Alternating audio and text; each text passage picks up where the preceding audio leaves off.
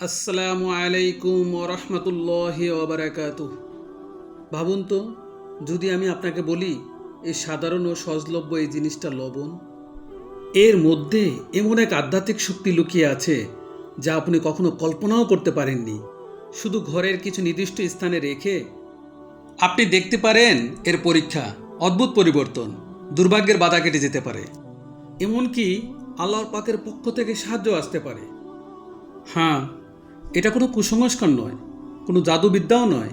এটা এক আধ্যাত্মিক বাস্তবতা বোঝার উপায়, যা আমাদের পবিত্র কোরআনে সতর্ক করা হয়েছে হিংসা, বদনজর, কালো জাদু ও অদৃশ্য জগতের প্রভাব নিয়ে, যা প্রতিদিন আমাদের জীবনে প্রভাব ফেলে। আমরা লবণকে পবিত্র বা মুবারক মনে করি না, কিন্তু ইতিহাস ও বিজ্ঞান বলেছে লবণ একটি প্রাকৃতিক বিশুদ্ধকারক। এটা অপবিত্রতা দূর করতে ও ক্ষত সারাতে সাহায্য করে। খাবার সংরক্ষণে, আধ্যাত্মিক পরিষ্কার পরিচ্ছন্নতা প্রক্রিয়াতেও বিভিন্ন সংস্কৃতিতে এটা ব্যবহার হয়। ইসলামে পরিষ্কার পরিচ্ছন্নতা মানে শুধু ঘর মোছা ও হাত ধোয়া নয়, আপনার আত্মা ও হৃদয় বা ঘরকে খারাপ আধ্যাত্মিক শক্তি থেকে মুক্ত রাখা। এই সাধারণ লবণ হচ্ছে এমন এক প্রাকৃতিক উপাদান যা অনেক মুসলিম আবার নতুন করে ব্যবহার শুরু করছেন। কোনো ইবাদতের উদ্দেশ্য নয়, বরং আধ্যাত্মিক পরিষ্কার পরিচ্ছন্নতার জন্য। মহান আল্লাহ পবিত্র কোরআনে সূরা আল বাকারায় বলেন, নিশ্চয় আল্লাহ তাদেরকে ভালোবাসেন যারা তওবা করে ও নিজেকে পবিত্র রাখে। ইসলাম আমাদের শিখায় পরিষ্কার পরিচ্ছন্নতা ঈমানের অর্ধেক। কিন্তু এই পরিষ্কার পরিচ্ছন্নতা শুধু বাহ্যিক নয়, এর ভিতরেও লুকিয়ে আছে গভীর কিছু যা আমরা চোখে দেখি না, হাতে ছুঁতে পারি না, এমনকি গন্ধও পাই না। তবুও তা আমাদের হৃদয় ঘর ও জীবনকে প্রভাবিত করে। হাদিসে আছে, নবী করিম সাল্লাল্লাহু আলাইহি সাল্লাম খাবার শুরু এবং শেষ করার সময় লবণ ব্যবহার করার পরামর্শ দিতেন। কিছু আলেমগণ মনে করেন এর মধ্যে আধ্যাত্মিক ও চিকিৎসাগত জ্ঞান ছিল।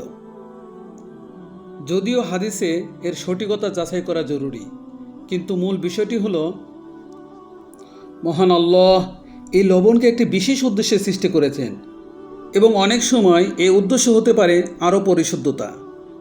আজকে বিশ্বের নানা প্রান্তের মুসলিম পরিবারগুলো কোরআন তেলাওয়াতের সময় লবণ ব্যবহার করছেন, ঘর থেকে অশান্তি দূর করতে, ঝগড়া বিবাদ, রিজিকের বাধা, অকারণে উদ্বেগ ও চিন্তা থেকে মুক্ত থাকা ইত্যাদিতে।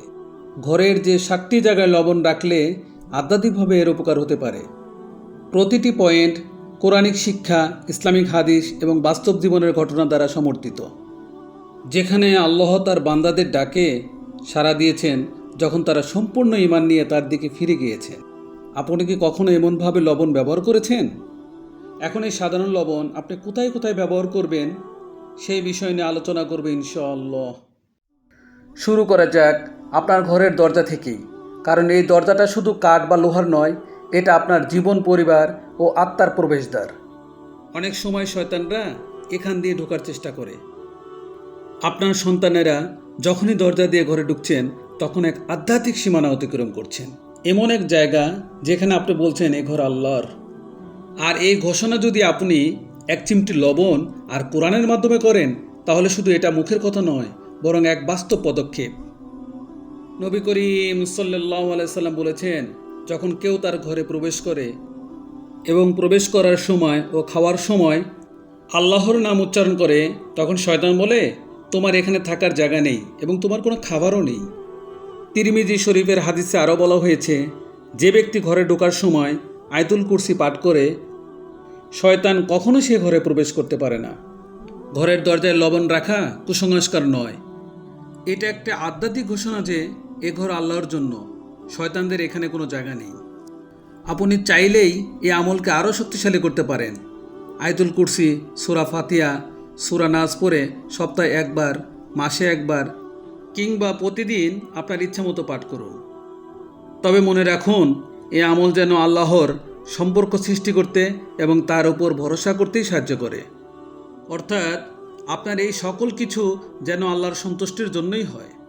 দ্বিতীয় স্থানটি হলো আপনার ঘরের প্রতিটি রুমের কোণা। অনেক সময় বিপদপূর্ণ জায়গাগুলোই হয় সেই জায়গাগুলো যেগুলো আমরা ভুলে যাই, যেমন আপনার ঘরের কোণাগুলো। মনশী ইবনে তাইমিয়ার মতে বহু আলেমগণ বলেছেন, জিন যাদের সৃষ্টি আগুন থেকে, তারা বাস করে নীরব অন্ধকার আর অবহেলিত স্থানে। আর আমাদের ঘরের এই কোণগুলো যেন তাদের লুকানো বা বাসস্থানের উপযুক্ত জায়গা। নবী করিম সাল্লাল্লাহু আলাইহি সাল্লাম আমাদেরকে শিখিয়েছেন, অদৃশ্য জগৎ সম্পর্কে তোমরা সতর্ক থাকো। সূরা ফালাক ও সূরা নাস এই অদৃশ্য শক্তিগুলোর অনিষ্ট থেকে রক্ষা পাওয়ার জন্যই নাজিল হয়েছে। সূরা বাকারা পুরা ঘরে পাঠ করা, কোরআন পাঠ করা এবং লবণ পানি প্রত্যেক ঘরের কোণাসহ ছিটিয়ে দেওয়া। এটা শুধু একবার নয়, বারবার, এবং এটা সম্পূর্ণ বিশ্বাস নিয়ে করা।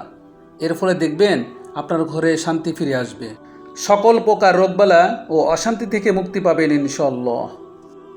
আপনি আপনার প্রতিটি ঘরের কোণায় যান, বলুন আল্লাহু আকবার এবং এক চিমটি লবণ অথবা সূরা ফালাক ও সূরা নাস পড়া পানি মিশ্রিত লবণ ঘরের প্রত্যেক কোণায় ছিটিয়ে দিন। এরপর বলুন, হে মহান আল্লাহ, আপনি আমার ঘর থেকে অপশক্তি দূর করে দিন। মনে রাখবেন, লবণ কোনো মোবারক বা পবিত্র বস্তু নয়, এটা আল্লাহর সৃষ্টি। তবে আপনি যখন নিয়ত করেন, আল্লাহকে স্মরণ করেন এবং তার নাম হাফিজ অর্থাৎ রক্ষাকারী, আল কুদ্দুস এই পবিত্র নাম নিয়ে ডাকেন, তখন আল্লাহ সকল প্রকার আধ্যাত্মিক অপশক্তি থেকে আপনাকেও আপনার ঘরকে রক্ষা করবে ইনশাআল্লাহ। তৃতীয় স্থান হলো এমন এক জায়গা যা আমরা অবহেলা করি, কিন্তু এর ভিতরে লুকিয়ে থাকে আবেগীয় আধ্যাত্মিক শক্তি। তৃতীয় জায়গাটি হলো ঘুমানোর স্থানেও নিচে। আপনার ঘুমানোর জায়গাটি শুধু বিশ্রামের জায়গা নয়, এটা সেই জায়গা এখান থেকে আপনার আত্মা সফরে বাহির হয়। আমরা যখন ঘুমাই তখন শুধু শরীর বিশ্রাম নেয় না, আত্মাও চলে যায় এক অদৃশ্য জগতে আল্লাহর ইচ্ছায়। এ কারণে প্রিয় নবী মুহাম্মদ সাল্লাল্লাহু আলাইহি সাল্লাম ঘুমের আগে কিছু বিশেষ দোয়া পড়ার নির্দেশ দিয়েছেন, কারণ অনেক আধ্যাত্মিক সমস্যা ঠিক এই রাতের মধ্যেই দেখা দেয়। আপনি কি জানেন, শয়তান আমাদের ঘুম থেকে উঠতে বাধা দেয়, বিশেষ করে তাহাজ্জুদ ও ফজরের নামাজের সময়। নবী করিম সাল্লাল্লাহু আলাইহি ওয়াসাল্লাম বলেছেন, শয়তান মানুষের ঘুমের সময় তার ঘাড়ের পিছনে 3টি গাঁট বেঁধে দেয় এবং বলে, তোমার সামনে এখন অনেক বড় রাত আছে, তুমি ঘুমাও। যদি কেউ জেগে ওঠে এবং আল্লাহকে স্মরণ করে, তখন একটি গাঁট খুলে যায়। যদি সে ওযু করে, দ্বিতীয় গাঁটটি খুলে যায়। আর যদি নামাজ পড়ে, তাহলে তার সব গাঁটগুলো খুলে যায়। এখন ভাবুন তো, আপনার বিছানার নিচে যদি এমন নেতিবাচক শক্তি জমে থাকে, যদি সেখানেই জমে থাকে গাঁট বাঁধা আধ্যাত্মিক জড়তা, মনে রাখবেন, শক্তি লবণের মধ্যে নয়, নিজের আত্মসমর্পণ সেই আল্লাহর উপর, যিনি আপনাকে সৃষ্টি করেছেন। আপনার বিছানা আপনার নিরাপদ আশ্রয়, এটাকে পরিষ্কার রাখুন এবং আল্লাহর জিকিরে ঘিরে রাখুন, এবং মহান আল্লাহর নিয়ামত স্বরূপ বিছানার নিচে লবণ রাখুন। আল্লাহ চাইতো সকল প্রকার আধ্যাত্মিক অপশক্তি থেকে মুক্ত থাকবেন ইনশাআল্লাহ। চতুর্থ স্থানটি হলো বারান্দা ও জানালা। এটা শুধু আলো আসার জায়গা নয়, যার ভিতর দিয়ে আসে বাতাস, আলো এবং আধ্যাত্মিক অপশক্তিরও চলাচল। প্রাচীন নানা সংস্কৃতিতে বিশ্বাস ছিল এই স্থান দিয়েই অদৃশ্য শক্তি আগমন ও প্রস্থান ঘটে। ভালো কিংবা মন্দ দুটোরই চলাচল থাকতে পারে। ইসলামে আমরা কুসংস্কারে বিশ্বাস করি না, কিন্তু আমরা স্বীকার করি আল্লাহর রহমত ও পরীক্ষা আসে এই আশেপাশের এই পথগুলো দিয়েই। যদি ফজরে সূরা বাকারা পাঠ করেন, দেখবেন আপনার ঘর থেকে সকল অপশক্তি তথা আধ্যাত্মিক শক্তিগুলো চলে যাচ্ছে এবং আপনার ঘরে আপনি অনেক শান্তি অনুভব করবেন। এর সাথে আপনি এই স্থানগুলোতে লবণের একটি বাটি রেখে আল্লাহর কাছে এই অপশক্তির হাত থেকে রক্ষার জন্য দোয়া করবেন। দেখবেন এই কাজ ও কোরআন তেলাওয়াতের কারণে সকল আধ্যাত্মিক অপশক্তি আপনার ঘর থেকে প্রস্থান নেবেন ইনশাআল্লাহ। আপনার বারান্দা ও জানালা পরিষ্কার রাখুন এবং প্রতিটি বারান্দা ও জানালায় কোরআন পড়া 1 চিমটি লবণ রাখুন। দোয়া করুন, হে আল্লাহ, অদৃশ্য যে সকল অপশক্তি ঘরে প্রবেশ করে তার অপশক্তি থেকে আমাদেরকে রক্ষা করুন এবং ঘরে শান্তি নাজিল করুন। মনে রাখবেন, শক্তি লবণে নয়, শক্তি আপনার দোয়া, জিকির ও কোরআন তেলাওয়াতে। লবণকে ব্যবহার করবেন আল্লাহর নেয়ামত স্বরূপ। পঞ্চম স্থানটি হলো আপনার রান্নাঘর, যেখানে শুধু খাবার তৈরির স্থান নয়, এটা সেই জায়গা যেখানে আপনার খাবার তথা রিজিক এসে পড়ে। খাবার শুধু ভাত তরকারি নয়, এটা আল্লাহ পাকের পক্ষ থেকে এক মহান উপহার। আর যদি এই রান্নাঘরে কোনো আধ্যাত্মিক অপশক্তি ভর করে, তবে বরকত আটকে যেতে পারে। মহান আল্লাহ তার পবিত্র কোরআনে বলেন, তোমরা খাও সেই ভালো জিনিসগুলো যা আমি তোমাদেরকে রিজিক হিসাবে দিয়েছি। আপনি যদি লক্ষ্য করেন খাবার তাড়াতাড়ি নষ্ট হয়ে যাচ্ছে, রান্না করতে গিয়ে ঝগড়া লেগে যাচ্ছে, বা হঠাৎ করে খাবারের প্রতি আগ্রহ কমে যাচ্ছে, তাহলে হয়তো এর পেছনে শারীরিক কারণও থাকতে পারে, আবার আধ্যাত্মিকও কারণ থাকতে পারে। আপনার রান্নাঘরের পেছনের কাবার্ড বা চুলার পাশে একটি ছোট বাটিতে কোরআন পড়া লবণ পানি রেখে দিন। রান্না শুরু করার আগে বিসমিল্লাহ বলুন। নিয়মিত সূরা আল বাকারা বা সূরা আল ওয়াকিয়া তেলাওয়াত করুন। রিজিকের বরকতের জন্য মনে রাখবেন, শক্তি লবণে নয়, বরং আপনার দোয়া, নিয়ত ও আল্লাহর স্মরণে রয়েছে, যা আপনার ঘরে রিজিকের দরজা খুলে দিতে পারে। 6 নম্বর স্থানটি হলো বাথরুমের প্রবেশপথ। ইসলামে বাথরুমকে অপবিত্র স্থান হিসাবে বিবেচনা করা হয়। এর মানে এই নয় যে এটি সবসময় নোংরা, বরং জিনেরা অপবিত্র জায়গার প্রতি আকৃষ্ট বেশি হয়। হুজুর আকরাম সাল্লাল্লাহু আলাইহি সাল্লাম আমাদেরকে শিখিয়েছেন বাথরুমে ঢোকার আগে এই দোয়াটি পড়া, আল্লাহুম্মা ইন্নী আউযু বিকা মিনাল খুবুসি ওয়াল খাবাইস।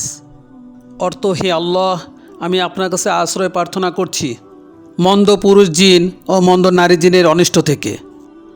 এখন যদি আপনি বাথরুমের দরজার ঠিক বাইরের কোণায় কোরআন তেলাওয়াত করা লবণ পানি রাখেন, তবে তা এক প্রকার আধ্যাত্মিক প্রাচীর হিসাবে কাজ করতে পারে। এটি যেন এক প্রকার অদৃশ্য সতর্কতা। এই রেখা অতিক্রমের আগে আল্লাহর কাছে আশ্রয় চাওয়া দরকার। আপনি বাথরুমের দরজার বাইরের কোণায় একটি ছোট বাটি বা কাপে কোরআন তেলাওয়াত করা লবণ পানি রাখুন। প্রতি সপ্তাহে তা পরিবর্তন করুন। যখনই মানসিক চাপ, দুশ্চিন্তা বা অস্থিরতা অনুভব করবেন, সূরা ফালাক ও সূরা নাস পাঠ করুন। 7ম স্থানটি হলো আপনার মুসল্লা। আপনার ঘরে এমন একটি জায়গা আছে যেখানে সবচেয়ে বেশি আলো, সবচেয়ে বেশি বরকত থাকে, আর সেটি হচ্ছে আপনার নামাজের স্থান বা মুসল্লা। এখানে আপনি আল্লাহর সাথে দিদার করেন। কিন্তু আমরা অনেক সময় ভুলে যাই, এই পবিত্র জায়গাটিতেও আধ্যাত্মিক সুরক্ষা দরকার। কারণ শয়তান কখনো বিশ্রাম নেয় না। বিক্ষিপ্ততা, অলসতা, নামাজের সময় কুমন্ত্রণা সবই তার কাজের অংশ। আপনার মুসল্লার চারপাশের পরিবেশ অনেক সময় আপনার খুশুখুজু বা মনোযোগ বাড়াতেও পারে, আবার নষ্টও করতে পারে। তাই বলি, শখের জন্য নয়, বরং সঠিক নিয়ত নিয়ে সম্মানের সাথে মুসল্লার চার কোণে বা দেওয়ালের নিচে এক চিমটি কোরআন তেলাওয়াত করা লবণ পানি রাখা যেতে পারে। যেমন নামাজের আগে শরীরকে পবিত্র করি, তেমনি এই স্থানকেও পবিত্র রাখা উচিত। এটা এমন একটি স্থান যেখানে আমরা কান্না করি, দোয়া করি এবং আল্লাহর সামনে সিজদায় মাথা অবনত করি। তাই এই নামাজের স্থানটি যদি আমরা সকল প্রকার অপশক্তি মুক্ত ও পবিত্র রাখতে পারি, তবেই আমাদের নামাজে খুশু আসবে। হুজুর আকরাম সাল্লাল্লাহু আলাইহি সাল্লাম আমাদের শিখিয়েছেন, প্রতিটা কাজ যেন আমরা বিসমিল্লাহ দিয়ে শুরু করি। লবণ রাখার কাজটাও যেন এর ব্যতিক্রম না হয়। মহান আল্লাহ যে ঘরটা আপনাকে দিয়েছেন, আপনি সেটা সম্মানের সাথে গ্রহণ করেন। কারণ ইসলামে শুধু কি করলেন তা নয়, বরং কেন করলেন এবং কিভাবে করলেন সেটাই মুখ্য। আপনার ছোট এই কাজ খুলে দিতে পারে একটি বিশাল দরজা।